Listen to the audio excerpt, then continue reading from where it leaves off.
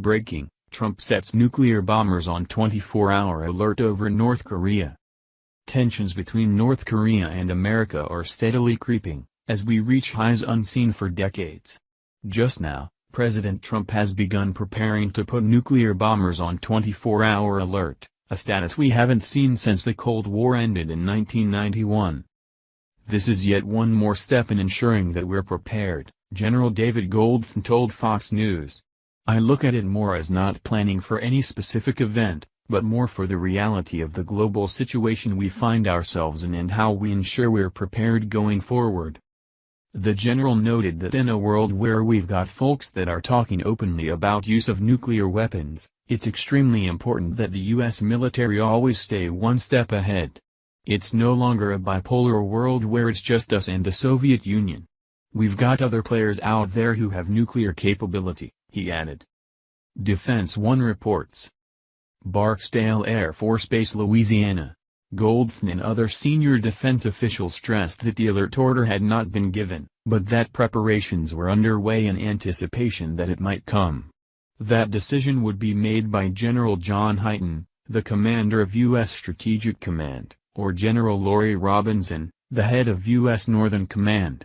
STRATCOM is in charge of the military's nuclear forces and NORTHCOM is in charge of defending North America.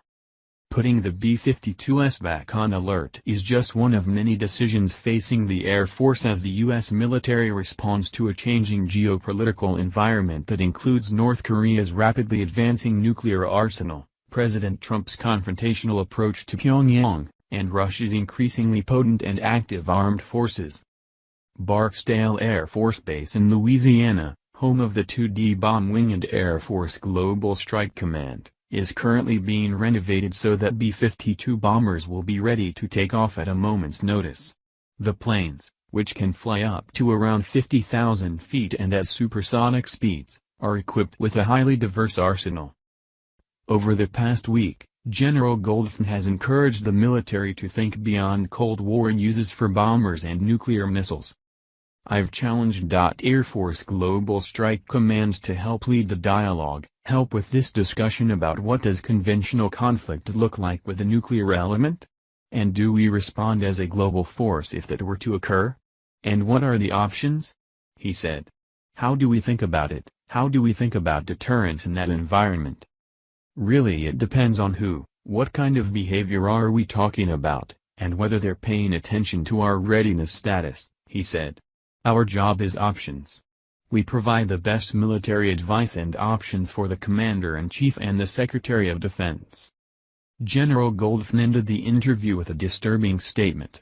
Should the STRATCOM commander require or the NORTHCOM commander require us to be on a higher state of readiness to defend the homeland, then we have to have a place to put those forces. Unfortunately, many are afraid that these forces will be put forth. And although the U.S. military is far superior to any other military in the world, we certainly wouldn't be able to win a war completely unscathed. Thank you for watching this video. What do you think about this? Share this on Facebook and Twitter along with your comments.